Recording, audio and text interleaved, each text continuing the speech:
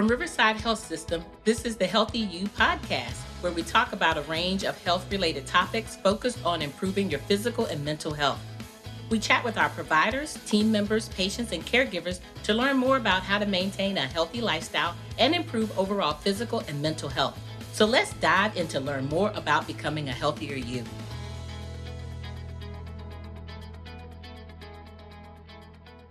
All right, I'm really excited to have with me in the Healthy You studio, Kim Leibold.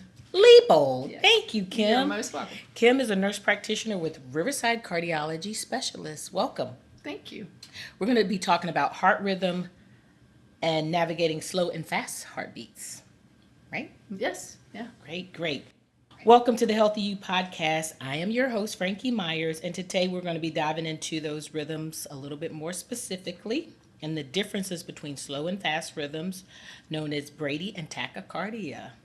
Understanding these can be life-changing, whether someone who experiences these conditions or curious about health and heart-related issues. Thank you so much for joining me. Thank you. My pleasure. Tell me a little bit about how you ended up in this field. Well, I guess I would have to go back to when I was a little girl. My grandmother always wanted to be a nurse. I was born and raised in Smithville, and she always wanted to be a nurse. And at that time, she wasn't able to go to nursing school because of some commitments. She needed to take care of some family members. So as I grew up, she was one of those caregivers in the community that would always be called on when they needed somebody to come and sit. At that time, we didn't have home health. Right. So she was always somebody who did it and always wanted me to be a nurse. So I actually went into nursing school here at Riverside 40 years ago. Wow. And went there and primarily got into cardiology because of a wonderful biology teacher in high school and a wonderful, awesome teacher at Riverside's nursing school who just made the heart seem very exciting, very challenging, and just made it kind of flow and made it easy. So as soon as I got out of nursing school, I went right into CCU and have been in cardiology for the last 30 plus years. Okay, we've got some similar background going on there. My grandmother was an LPN, and so I always knew I wanted to be a nurse. And then my mother attempted to go to nursing school, and she wasn't successful due to some family stuff. So that's why we have children and have legacy. They can finish what we can finish what they weren't able to. And I was very fortunate because when I worked in Riverside and CCU, I left the hospital to go into what is now Riverside Cardiology Specialists. Okay. I've been in that office for a little 35 years and worked with some amazing cardiologists. And one in particular, Dr. McLaurin, who's no longer with us, was just an inspirational person who just looked and was very innovative. And he wanted me to go back to school and be a nurse practitioner. And at that time, there were no nurse practitioners in this area other than the important ones of family practice, women's health, and pediatrics and psych. And those are the only specialists. So he encouraged me, and two of the cardiologists that are still with me working today, Dr. Edwards and Dr. Vaughn, encouraged me as well and supported me. And when I came back, was able to get into cardiology and have been a nurse practitioner there for 27 years. So we were the first. Cardiology was the first nurse practitioners in specialty. Right. And now it's just amazing to watch all the amazing APPs that are here and supporting the health system. Yeah, absolutely. So it's an honor for me. I'm a former CCU nurse. And to your point, when you look at heart hospitals, you see a lot of nurse practitioners and PAs working with those cardiologists now because they need that to support when they're in surgery, right? To manage clinics, etc. Yes. All right, there are many types of arrhythmias. And so let's dive into a little discussion about that. And then we're going to keep it where our viewers can kind of understand because there's some long terminology to some of these rhythms. Yes. So I think when we always talk about arrhythmias, you have to kind of start to understand what is an arrhythmia to know how to categorize them. So we just remind people that the heart has its own electrical conduction system. So most people, when they think of heart disease, think of the circulation, if there's a blockage or a heart attack. And that's more the plumbing aspect of the heart. We work and focus on the electrical aspect of the heart. And that is when the heart's rhythm, it starts in the top chamber of the heart called the atrium. It has its own natural pacemaker, which is a group of cells that are specialized to produce signals to go down to the bottom chamber of the heart to create the heartbeat. And so it is a wonderful system that produces heart rates that should be about 60 to 100 beats per minute, and it should be regular. And so that's your normal conduction system. So an arrhythmia is anything that's different than that. So if something is faster or slower, or if something is offbeat, beat, then we consider that arrhythmias. And there's different kinds of arrhythmias. As you said, they're classified differently. Okay. And so for our viewers, you would think that you'd have to have a lot of technology to be able to determine if you have a rhythm. What are an arrhythmia? Aren't there some signs that they can see without Yes. having, sophisticated technology? Maybe, some people feel like, hey, I feel like my heart's skipping a beat, Right. or they may feel winded. I don't know if you want to talk about some of those things. Yes, absolutely. So basically, I think the important thing is knowing yourself and knowing your body. And again, that's an important part of keeping up with your health care, seeing your primary care physician and knowing what is your natural heart rate, pulse, what is your blood pressure. And so for rhythms, there are some people who can have, and we'll focus on slow heart rates first. Right. There's some people who can have slow heart rates that are very natural to them. It is no harm and creates no symptoms. And those are people you think about that are maybe the athletes that are marathon runners or long distance swimmers or bikers, and they're just really conditioned and they run around with heart rates in the 40s, and that's absolutely acceptable and fine. But then there are those people who have slower heart rates that may have symptoms, and those are the ones that we want to focus on and be aware of, and come to your family doctor and have it checked out. And some of the symptoms they could have could just be as simple as just feeling more tired, just feeling like they can't do what they normally could. Like sometimes I say it's like you're hitting a brick wall, that you Right. just Yes. can't get across the room, or you can't do an Right. activity. Other times it could be shortness of breath. Right. It could be lightheadedness or dizziness, even fainting, which is very concerning. And it can be for some people who may have other disease process like coronary disease, they may get chest pain because of slow heart rates. And so going to the doctors and getting a simple tests like an EKG, which allows us to look at the electrical activity and see what is really going on with that slow heart rate. Yes. So that's kind of more from the Yes. slow heart rate standpoint. Some things that we do to treat that, if it's truly related to maybe a medicine they're on, because there's some blood pressure medicines called beta blockers or Right. calcium channel blockers, they will slow the heart rate down. So if they don't need that particular medicine, we take those off and they can use other medicines for that. But if they need that to treat their coronary disease or whatever, then sometimes we need to help them with what we call a pacemaker. Okay. And a pacemaker is something that we do quite frequently. I work with an amazing electrophysiology team at Riverside. Dr. Aladini and Dr. Abaziki are our two EPs. So we call those our electricians. Yes. And I have two other wonderful APPs that work with us to make the team. And we basically work with those patients. It's a minimally invasive procedure where we literally just kind of place a lead in the top and bottom chamber of the heart, if that's what they need, and then a small pacemaker that's about the size of 250-cent pieces kind of glued together. And it helps regulate the heart Yes. when it's not doing it for you. Correct. This device will do it Correct. for So you. it basically is the safety net. So if your heart rate won't stay above 60, and that's what we typically set Right. it at, and your heart rate wants to be 40, then this will not allow it to be under 40. It's going to pace it and produce the signal that it's your natural heart doesn't. Right. So it still will allow your heart to go fast if you're one of those people that have fast heart rates, and then we are allowed to treat that with other ways safely because we know we're not going to make that heart rate go too slow. So that's a great pacemaker. information. And So- the technology now is people can have pacemakers and do all kinds of things with it. And isn't that a last resort? So you guys do a lot of Yes. testing to Yes. to rule out other things Yes. like medication. Absolutely. If we Things don't that have to could. do a pacemaker, that's Right. why we can switch medications. Right. We can look and see if this is something that is fixable and Right. will resolve. But if not, and they continue to have slow heart rates that are dangerous or concerning that would, create other problems for them, then a pacemaker is certainly an option for them. Okay. What about atrial fibrillation and atrial flutter, which, I remember, early on in my nursing career, they used to call it the caffeine, the caffeine outcome. Yes. Talk a little bit more about that. I think it's a combination sometimes of stress and caffeine or Absolutely. other factors.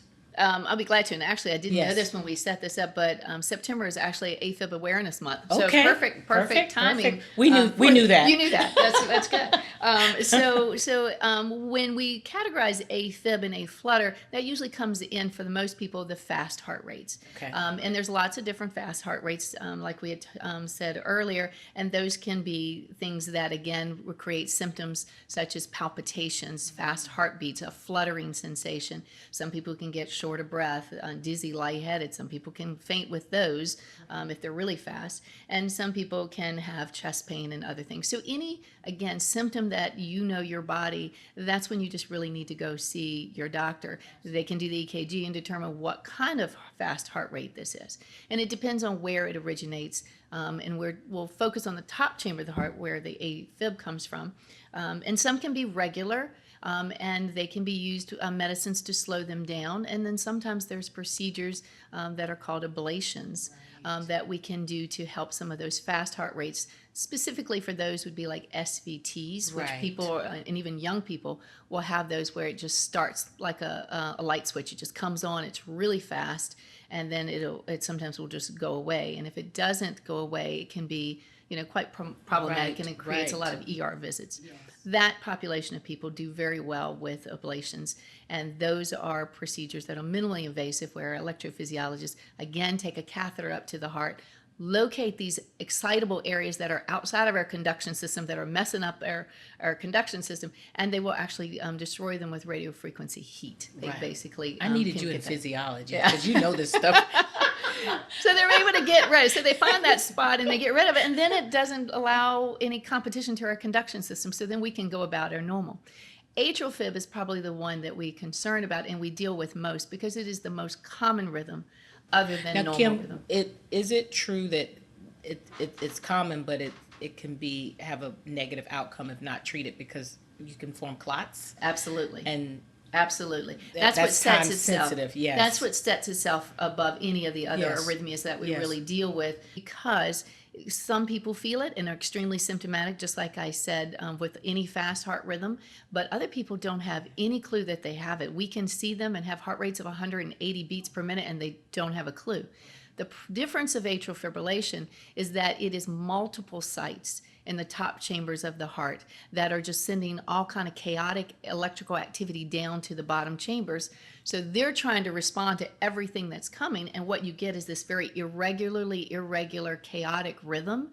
And as the heart is trying to process the blood in the heart, it's not able to do it in a normal fashion, and blood clots can form, and then it can get pushed out of the heart, and the first stop is the brain. And so unfortunately, atrial fibrillation causes an increased risk by 5 times an average person for a stroke. So our goal is, you think something's going on, get identified, go to your doctor, go to urgent care, go to the ER, get it diagnosed. Even if you don't feel it, we need to protect you from a stroke. And the way we do that is much easier nowadays than it used to be. It's the anticoagulation or the blood thinners that people think about. And in the old days, all we had was warfarin or Coumadin. yes. But now we have the direct oral anticoagulants, which is Xarelto or Rivaroxaban, and Apixaban, which is Eliquis. And those are ones that we are able to give and doesn't interfere with their diet and Okay. really doesn't interfere with other medicines, and is much easier for them to be on and stay on. And that protects them from a stroke the best we can now medically, which is really amazing. Yeah, that's great So information. it helps them, not have a stroke. And then we can concentrate on the AFib. What can we do about that? And that treatment is pretty like the others. There's medications. We look for other causes that could be going on and try to get rid of those. And then again, ablation is certainly an option for that if a medication that we call an antiarrhythmic doesn't quiet it down and keep you out of it. I don't know how you feel about this, but even for myself as a healthcare professional, I realized not too long ago I'd never had a baseline EKG. And it's not one of the things that we talk about when we talk about prevention like we do with some of the others. Right. Yes, and I agree. And I always like people to have their own kind of copy of their Right. EKG just to have Right. for their Right. baseline. And sometimes they can. Nowadays, with our technology, I have more and more patients coming in the office with their smartphones and with apps on their phones or with the Apple Watches where they're getting rhythm strips, which is what they yes, are. yes. Some of the ones can have a little bit of like a 3-lead or 6-lead system that's a kind of a mimic of a 12-lead. But those are very important to do, especially if you think something's going on. I do want to say with AFib, because there's a huge population of people, and I don't want them to listen to this and think, oh my goodness. Right. That are being maintained and They defined. are. They Right, absolutely right. live with AFib Absolutely. for years and years and years, and that's absolutely fine. As long as people have protection from a stroke, their rate is controlled and not going fast so that it doesn't, create burden And the on the blood heart. thinners on board, Yeah, and the blood right? thinners So are no on clotting board. happens. And then we always check their heart muscle strength to make sure that it's not negatively affecting the heart. Those people can live with AFib the rest of their life, and studies show that they do just as well. We just have to keep an eye to make sure that they're always on their blood thinners and that they, are safe with those and that their rates are controlled. You talked a little bit about who may be prone. Has the research really solidified, like, what is the real cause? Is it family history? Is it stress? Is it Yeah, I think there's certainly some identifiable risk factors for AFib, and it kind of talks. And then when we start working with people, we try to kind of reduce those. We know that people who have coronary disease, who've had heart attacks, particularly if they've had damage to the heart muscle and they have scar there from a heart attack, that will allow them to have more arrhythmias. If people have untreated diabetes, hypertension, those type of things certainly all factor into it.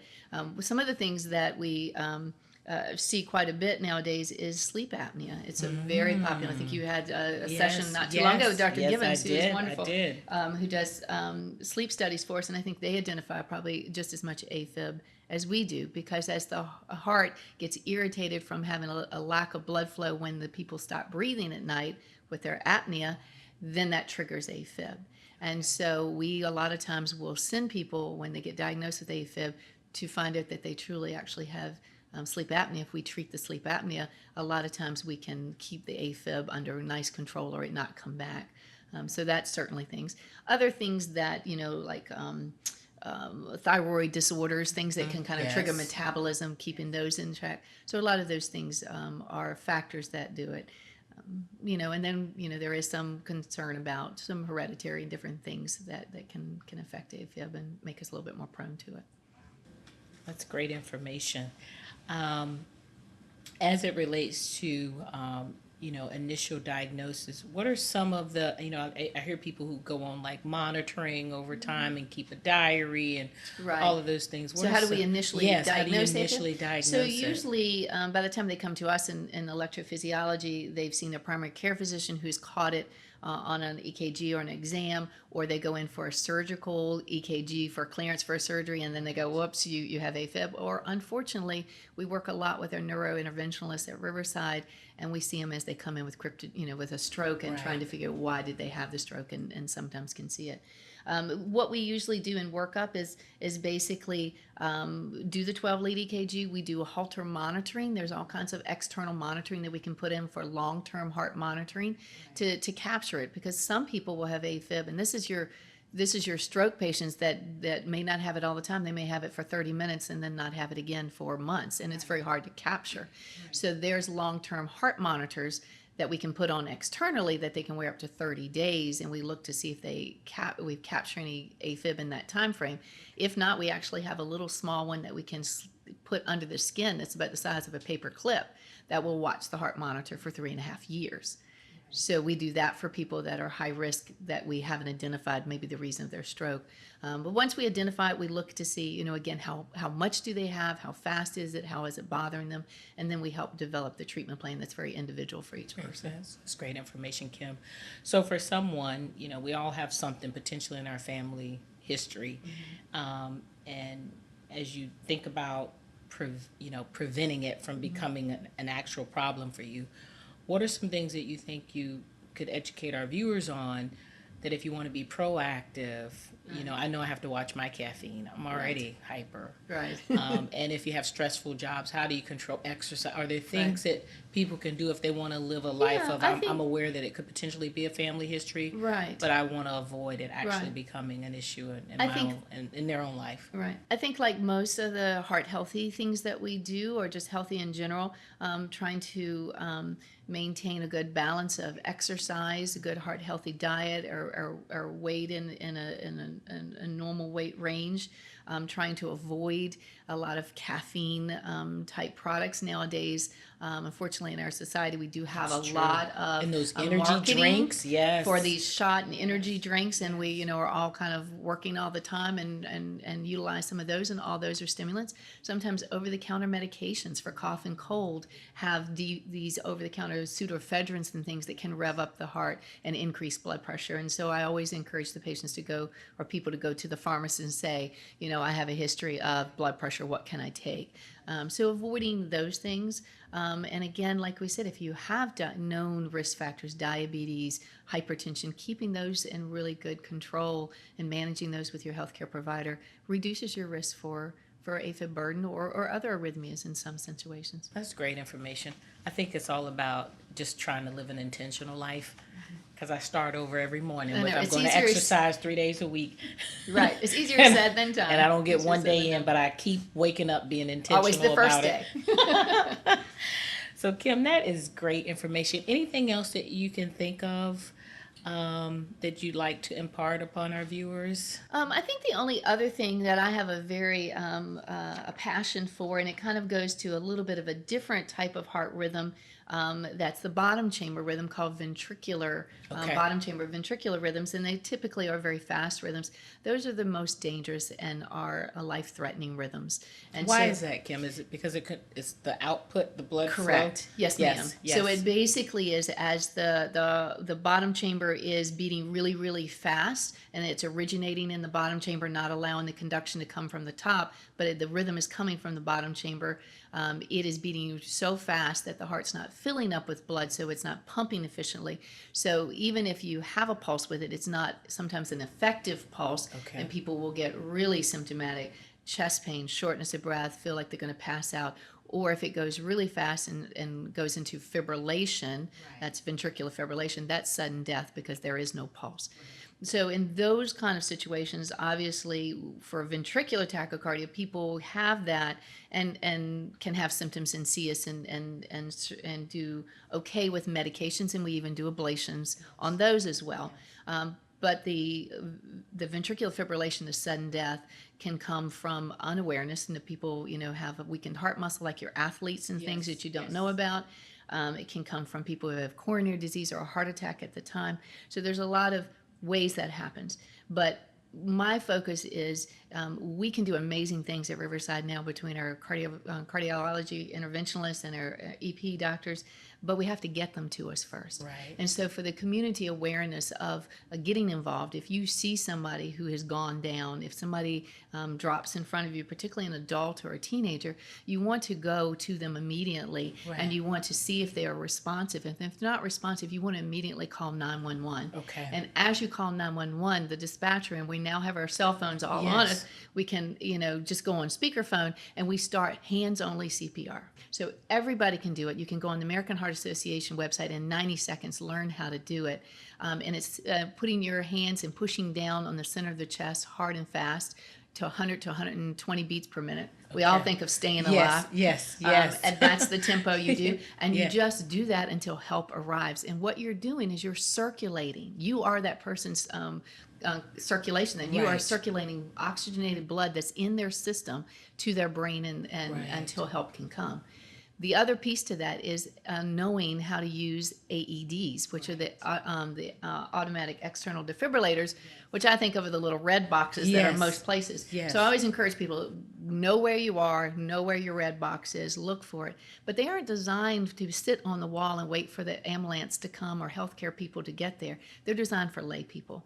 And so learning how to just know when is appropriate to start CPR, get somebody to bring you the AED, cut it on. Because when you cut it on, it tells you everything to do. And it is designed to work. CPR cannot help. CPR is going to circulate, but it is not going to start the heart back. What you're doing is you're holding that person in a pattern of oxygenation to the brain while you're waiting for that defibrillator to get there. So 911 will bring it, but if it's in your community, in your facility, you can do it immediately and save lives. Absolutely. And the thing for me is 70% of people, it's the home where cardiac arrest occurs, or the workplace, or a community event. And so it's not in the hospital. that it happens. It's in the community. So knowing hands-only CPR, knowing how to use an AED, where your AEDs are, makes a huge difference, and people survive and do very well. And it's just something that I feel very passionate about. Yes. And we work with teenagers and teach kids, and actually now in the state of Virginia, in public schools, you have to pass and have hands-only CPR and AED awareness to graduate. So it shows that this is something that's just really important in our society and makes a difference. Well, thank you for your passion and your commitment, Kim. Great information. Thank you so much again for joining us.